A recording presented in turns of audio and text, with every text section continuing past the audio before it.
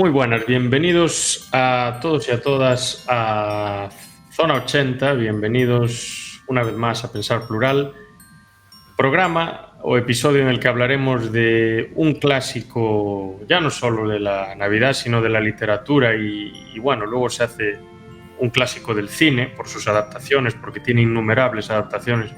No voy a decir una por año, pero sí probablemente una por década. Incluso algunas de animación, otras no de animación, alguna especie de serie corta, muchas producciones para televisión, para reproducir en ciertos canales de gran audiencia en estos días, para casi rellenar de alguna forma y dejar una especie de fondo, ¿no? Para la cena de Navidad, o bueno, la comida de Navidad o de noche, o la cena de Nochebuena, que me recuerda un poco esa utilización de algunas películas navideñas a esto que está de moda ahora, que son ¿cómo se llama? El ASMR con imágenes de una hoguera, con los tablones ahí ardiendo y se escucha cómo va ardiendo la leña. Pues esto es un poco lo mismo, pero un poco más elaborado y con personas que cobraron mucho dinero por hacerlo, y algunas de estas películas, algunas de estas adaptaciones son muy buenas. Y tenemos a Daniel Gorostiza para acompañarnos hoy para hablar de esta adaptación del gran clásico del siglo XIX de Charles Dickens, que sería Christmas Carol, un cuento de Navidad. Y obviamente la adaptación pues se va a titular Cuento de Navidad, aunque estoy viendo aquí en Film Affinity que la traducción fue Cuentos de Navidad. A lo mejor en Film Affinity se la colaron y lo pusieron mal. Esta es una película del 84 que dirige Cliff Donner y cuyo guión escribe Roger O. Hirson, que obviamente es una adaptación de la obra de Charles Dickens, y se comenta que es una de las mejores adaptaciones. Ahora veremos si lo es o no. Y tenemos un elenco interesante de actores, que yo no me acuerdo el nombre de muchos, pero vemos las caras y obviamente son actores que todos prácticamente conocemos por familiaridad, pero no por nombre, ¿no? Uno sí que lo conocemos por nombre, que es George C. Scott, que hace... Bueno, a mí siempre fue un actor que me gustó, siempre hace de malhumorado y siempre pareció mayor, hace un papel increíble en El Exorcista 3 y hace un papel también muy interesante al final de la escalera de Changeling, perdón. Y sí, tenemos... este hombre por esa película. Por Patton, por una película militar, ganó un Oscar, que además, no sé por qué, no me pregunten por qué, no sé por qué, es la primera persona en rechazar el Oscar, o sea, que no fue a recogerlo, por lo que fuera. Ganó en el 71, es verdad, sí. Sí, es verdad.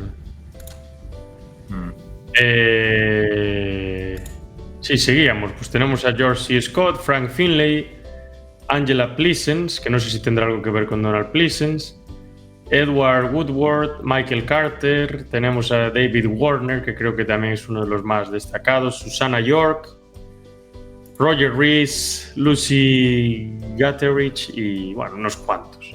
Como dije, la película se produce en Reino Unido, pero se hace una especie de combinación entre actores del Reino Unido y de Estados Unidos. El propio George C. Scott pues es un actor americano. Y me gusta mucho, no sé si a ti también te gustó, la forma en la que tienen los actores de hablar, aunque sean americanos, tienen esa forma de hablar tan como antigua, tan clásica, ¿no? No sé si a ti también te lo pareció, como que hacen ese esfuerzo. Sí, hablan como si fuera en la época que sucede la película, que es un poco finales del siglo XIX y tal.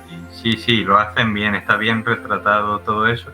Luego, uno de los actores que ha dicho, por cierto, David Warner, que yo lo asocio siempre, aquí hace de bueno con papeles de villano. Por ejemplo, sale en una película de las que hablamos en este canal, en Perros de Paja.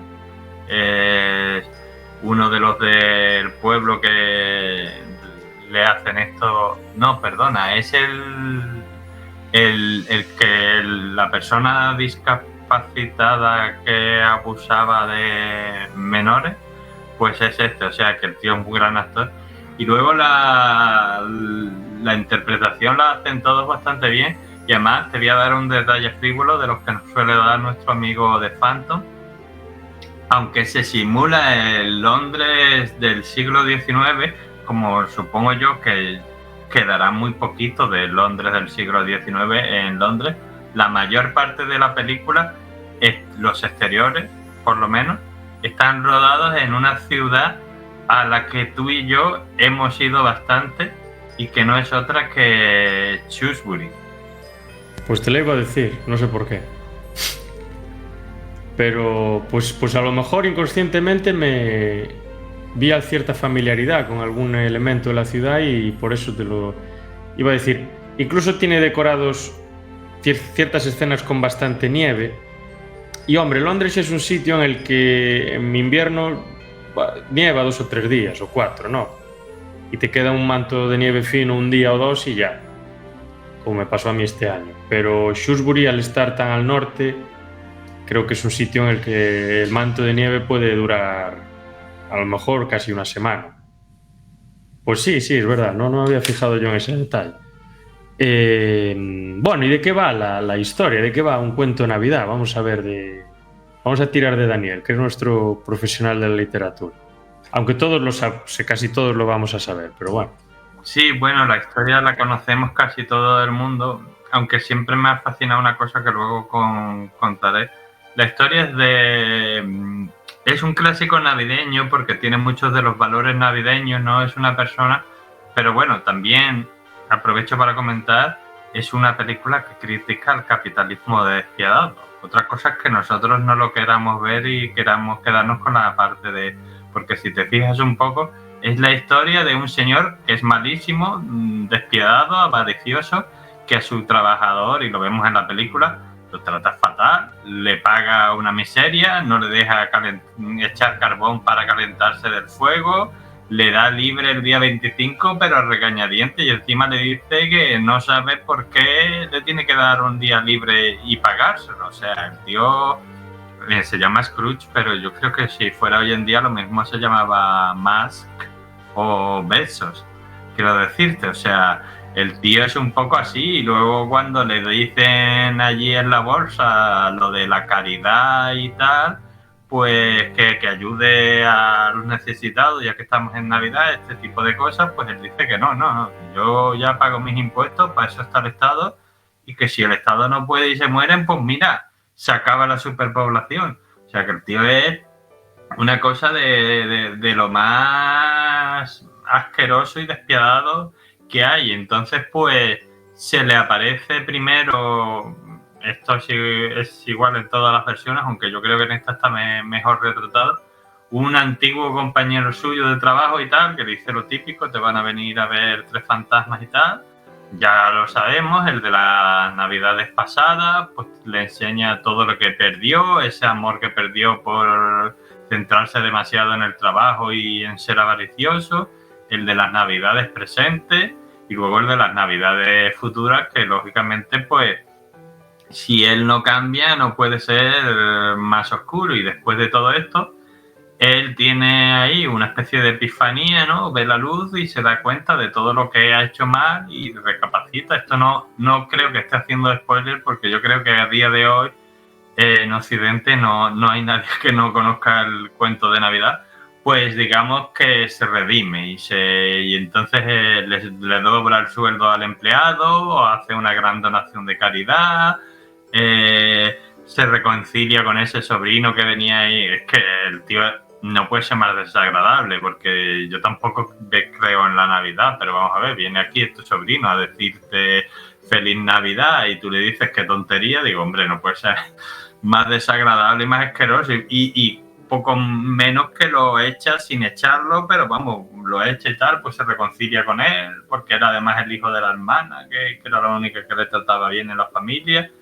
Entonces, tiene toda esta historia así positiva al final y de espíritu navideño y tal, pero bueno, también en mi opinión, digo, esto es espíritu navideño y justicia social, porque es lo que tenía que hacer. O sea, estás podrido de dinero, da algo a los pobres, leche, y pagarle un sueldo decente a tu empleado, porque la riqueza viene de que tu empleado se está deslomando. O sea, tú ahí solo en la oficina no creas riqueza ninguna, quiero decirte. Entonces, pues, tiene esa cosa, porque Dickens también, ahí escribió el tío Oliver Twist y obras de ese estilo, tenía esa mentalidad social y luego pues la mete en este cuento navideño. Y entonces pues habla un poco de esto, que se aplica a la Navidad, pero yo creo que se podría aplicar a cualquier época, pues porque todos tenemos un pequeño señor Scrooge ahí metidos dentro, pues ser más compasivo, ayuda a los demás, ser generoso cuando pueda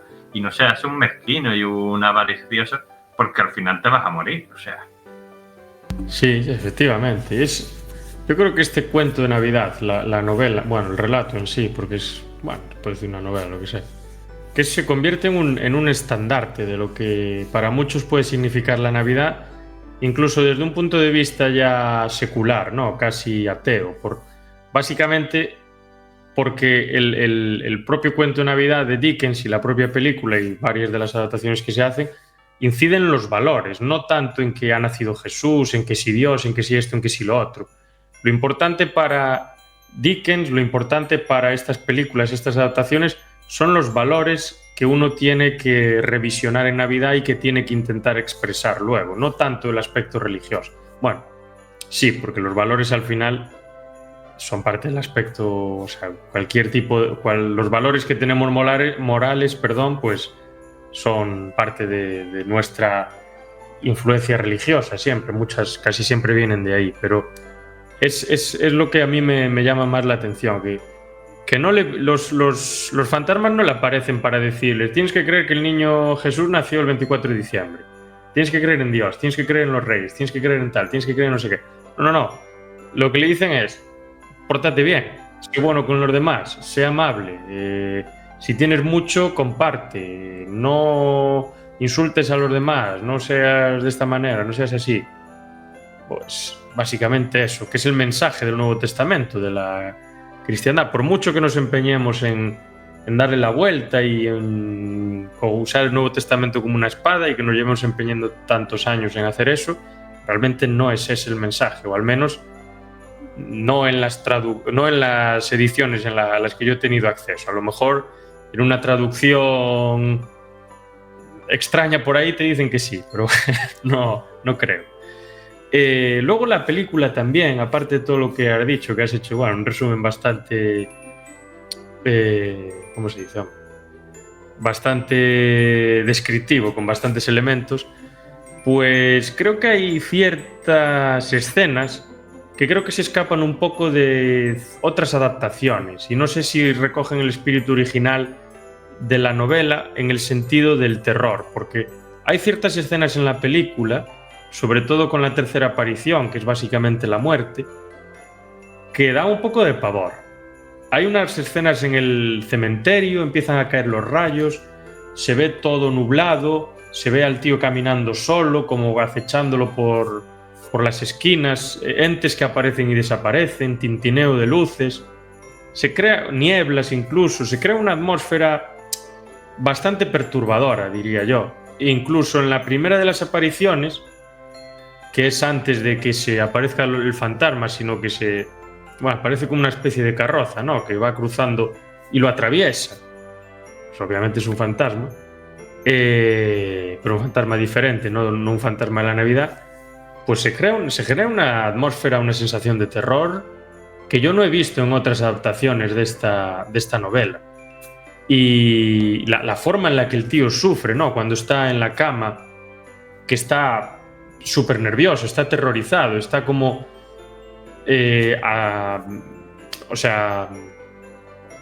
atormentado por las presencias que se le pueden aparecer, por todo lo que le puede ir ocurriendo, pues creo que está...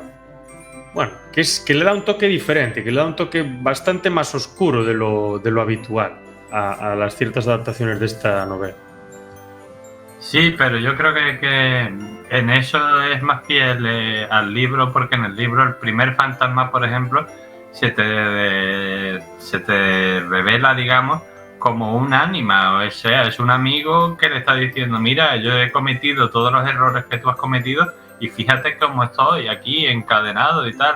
Entonces, eso, si no miedo, mínimo te tiene que dar un poco de mal rollo y es tal como te lo presenta en la novela. Es un ánima, un alma en pena, no te puede dar buen rollo nunca. Ya el segundo fantasma, el de las navidades pasadas y tal, pues ya es otra cosa, aunque te enseña cosas oscuras, ¿no? Como lo mal que se ha portado él en su vida y tal, pero sí es un poco como un hada que te trae tal, o el hombre este grandullón, el de las presentes, pues parece así una especie de, no Papá Noel, pero sí un abuelo de invierno, o como lo quieras llamar, así, algo más rollo incluso pagano, ¿no? Ahí, porque por los colores y tal.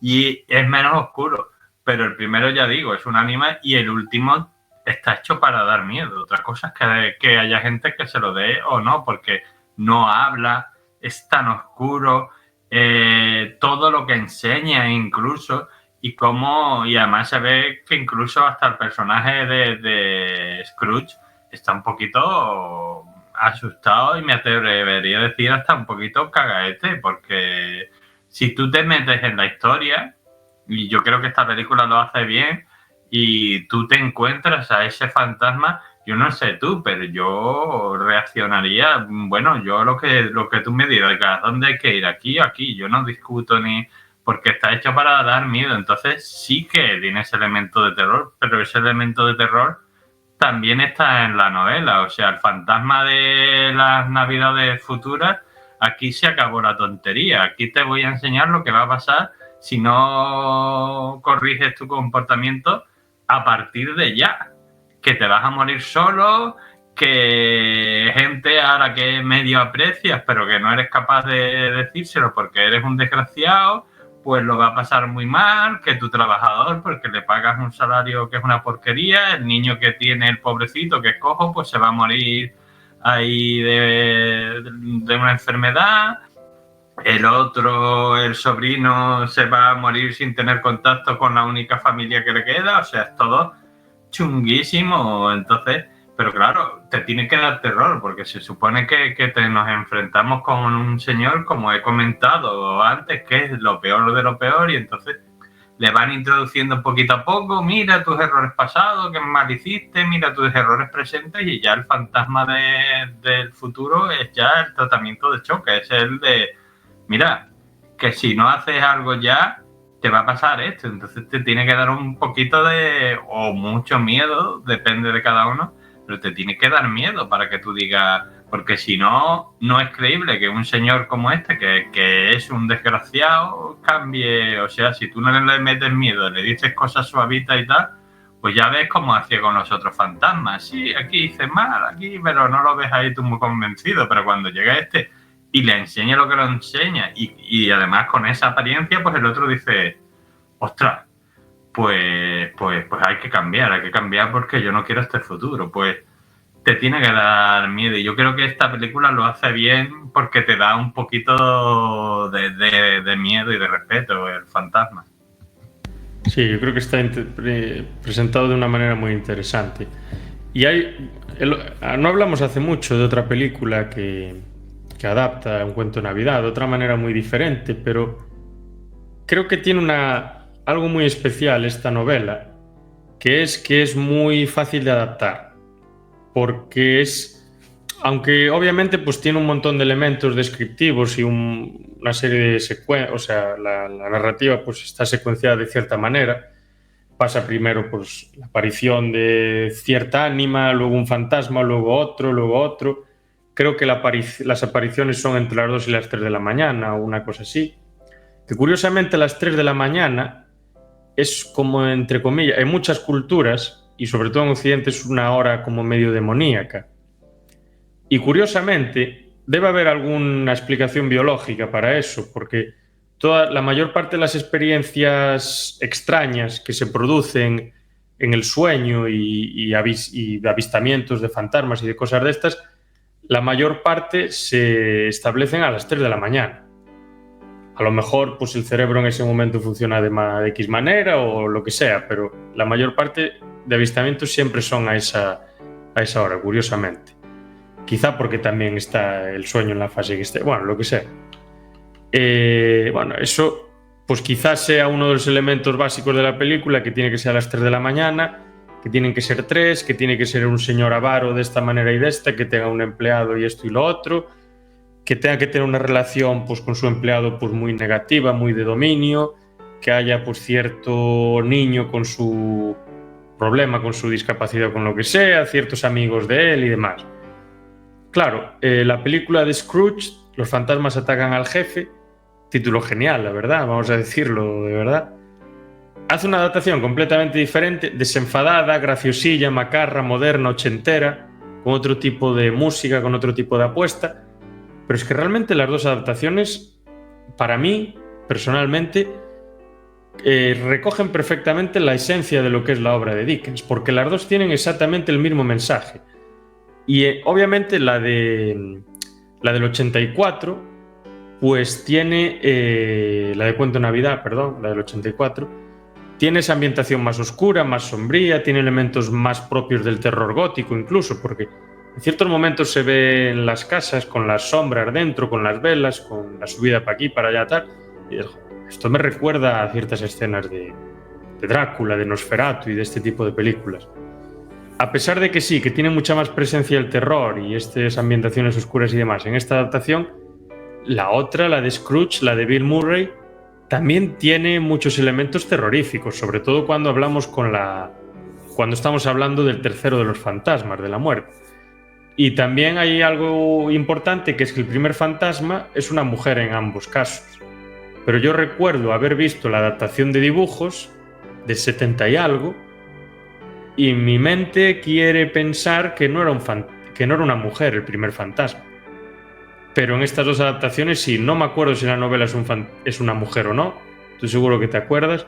Pero bueno, aparte de eso, que digo, son dos apuestas completamente distintas, pero que en lo esencial pues congenian, porque aportan el mismo mensaje. A ver, hay uno de los fantasmas, yo la novela la leí hace tiempo y yo sí te puedo decir que hay uno de los fantasmas que es una mujer.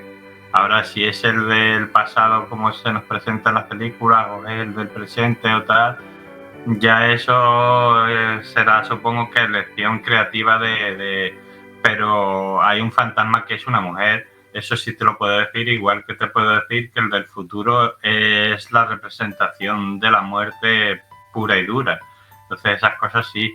Ahora ya, sí, a lo mejor en la novela era el del presente y en la película deciden ponerlo lo del pasado, por lo que sea, pues ya eso son decisiones creativas, pero bueno, no creo que sea, no influye realmente en el mensaje que te quiere dar la historia. Pero sí, uno de los fantasmas, sí te puedo decir con seguridad que era una mujer. Yo creo que es el del pasado también, pero podría equivocarme y a lo mejor es el del presente, pero está ahí ese fantasma y además, bueno, pues tiene un poco su lógica, porque el primero, esa especie de hada, es como rollo, como una madre que te va diciendo lo que has hecho mal en el pasado, entonces tiene lógica que sea un fantasma femenino. El del presente, pues aquí te lo presentan como eso, como el señor un señor de invierno y tal, que te va diciendo las cosas que has hecho mal ahora.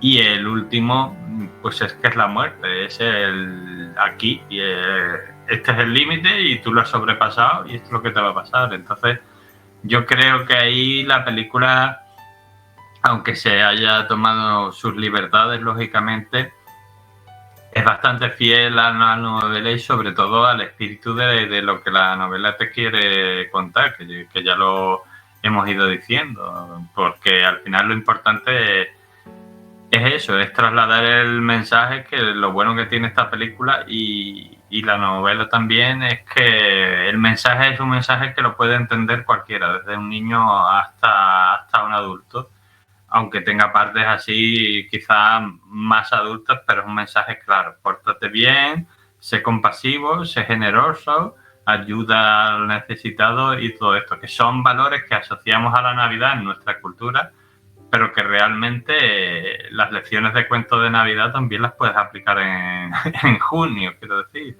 Entonces, es lo que hace tan universal esta historia, que la puede entender cualquiera. Sí, efectivamente. Y podemos pasar ya las... Bueno, yo quería hacer un comentario sobre la ambientación, que es muy de la época, ¿no? Muy, incluso a lo mejor peca de demasiados clichés, a lo mejor. A mí me recordó el empleado donde vive con toda la familia, cuando se ponen a comer esa tierra, o no sé qué es esa cosa que se ponen a comer. Me recuerda mucho a la vivienda donde vivía Charlie en la película original, la de Willy Wonka, que vivía ahí con el abuelo, que eran 40 que estaban en casa en la más profunda miseria, en la mayor inmundicia. Recuerda bastante a eso. Y luego pues vemos como una representación de lo que sería la sociedad de la época, ¿no? Algo que me llama a mí mucho la atención es el uso de las velas y la presencia de tanta oscuridad en la película, porque obviamente, pues somos conscientes de que en otra época, no hace mucho, hace 100 años, quizá, bueno, 130, 140, pues la gente no tenía luz eléctrica. Y la gente no tenía bombillas, no tenía farolas. Bueno, había farolas, pero eran de aquella manera. Entonces tenían que iluminarse, pues obviamente con la luz del sol, con velas y con lámparas de aceite. Pero claro, las velas iluminan poco, las lámparas de aceite tampoco iluminan demasiado y son enormemente peligrosas. Y luego las farolas que había por la calle, pues creo que eran de aceite también. Y tenían pues un uso muy concreto. Y habría pues ciertas calles y ciertas zonas que no tendrían ningún tipo de iluminación. Y claro, estás viendo la película, ves como un señor rico que vive en una mansión, que es Ebenezer Scrooge, llega a su casa y la única iluminación que tiene es una vela que es como del tamaño de mi teléfono móvil, y te quedas, ostras. Y son las 7 de la tarde y te quedas... Mira cómo era la vida de aquellas, ¿no? Y la ausencia de luz, que le da un toque todavía más lúgubre, más oscuro, valga la redundancia, a la película. Y claro, yo estaba viendo la obra y digo, pero claro, ¿cómo no van a tener este tipo de pensamientos tan sobrenaturales, tan oscuros, tan conectados con la muerte, con el abismo, con todas estas cosas, si la mayor parte de sus vidas hasta finales del siglo XIX las han pasado a oscuras? Y a oscuras antes era un problema, porque no puedes hacer nada. Ahora, bueno, estás a oscuras, enciendes una linterna y vas por ahí, pero es que antes no podías hacer nada. Y cualquier peligro que hubiese fuera, pues era el peor de los peligros posibles. Y eso a mí me llamó muchísimo la atención. También yo estaba pensando, es que no me quiero ni imaginar la cantidad de incendios que había en las ciudades en esa época, porque tenía que ser una auténtica locura. Y esos son los elementos que a mí más me llamaron la atención de la adaptación de la sociedad de la época y demás. Y yo, por darle una nota, yo creo que le voy a dar un 8,5. A mí el segundo de los fantasmas me descolocó muchísimo, ¿no? Tiene un aspecto rarísimo, parece un playboy raro, una mezcla entre Papá Noel y algún tipo de cosa rara, medio dios griego, una cosa súper rara, no la entendí muy bien. Aparte que lleva zancos el tío. Y no sé, eso fue lo que me descolocó sobre todo. Pero un 8,5 sí, por mí le queda esa nota. Sí, es papá, el padre del invierno, pero después de una borrachera. Viene ahí enseñando el pecho casi y tal, sí, un poco así. Lo que tú has contado, sí, es que es así, pero esos detalles están muy cuidados porque él tiene velas porque es rico. Los ricos, eso yo lo sé porque me lo contaba mi tío, dice, los ricos tenían velas, los pobres eran las lámparas de estas de aceite y poco más.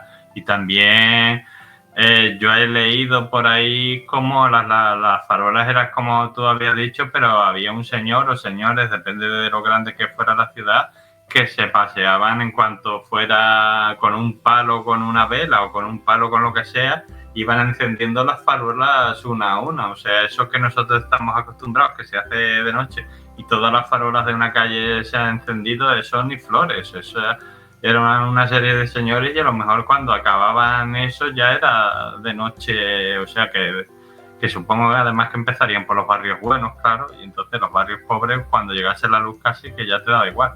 Pero bueno, sí, la ambientación está muy bien hecha La historia está bien contada y, como ya he dicho, es bastante fiel a la novela, sobre todo al espíritu de la novela. Los actores están todos, a rasgos generales, están muy bien, desde el protagonista, el empleado, incluso el sobrino, los secundarios y tal.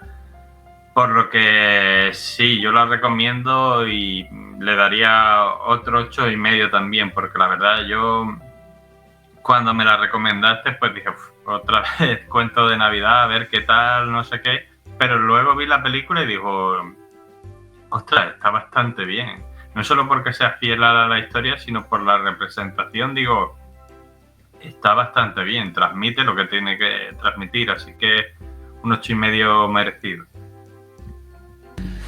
Pues nada, muchas gracias, Daniel, una vez más, y muchas gracias a todos por vernos. Hasta la próxima.